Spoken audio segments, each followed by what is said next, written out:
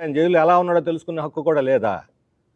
చివరికి వెంటబడి పర్సు చేస్తే చివరికి 4 రోజుల తర్వాత ఇంటర్వ్యూ ఇచ్చారు. ఇంటర్వ్యూ, ములాఖత్ కాదు. అంటే ఈ రకంగా వేధించి అక్కడ భూములు స్వాధీనం చేసుకోవాలని ప్రభుత్వం చేస్తున్న ఈ దుర్మార్గం ప్రయత్నాన్ని మేము తీవ్రంగా ఖండిస్తున్నాం. వెంటనే అప్పలరాజుని విడుదల చేయాలని చెప్పి కూడా మేము అన్ని పార్టీలు డిమాండ్ చేస్తూ ఉన్నాం. లేకపోతే దీని మీద రాష్ట్ర వ్యాప్తంగా ఉద్యమాన్ని కూడా నిర్వహిస్తాము. ఈ ప్రజా ఉద్యమాలు సాగుతున్నటువంటి ఇలాంటి నిర్బంధం, ఇప్పుడు డోన్లో సిపిఐ కార్యకర్తలు అక్కడ ఉపాధి హామీ దీంట్లో విపరీతమైన అవినీతి జరుగుతుంటే దాన్ని అవినీతిని ఎక్స్పోజ్ చేస్తే మాట్లాడే వాళ్ళు సూర్యప్రకాష్ రెడ్డి, కోట్ల సూర్యప్రకాష్ రెడ్డి కుటుంబం వాళ్ళు పోలీసులను ఇంటికి పిలిపించుకొని సిఐని వాళ్ళ మీద ఫిర్యాదు చేసి తలకిందులుగా ఏలాడదీసి హింసించారు సిపిఐ డోన్ కార్యదర్శిని.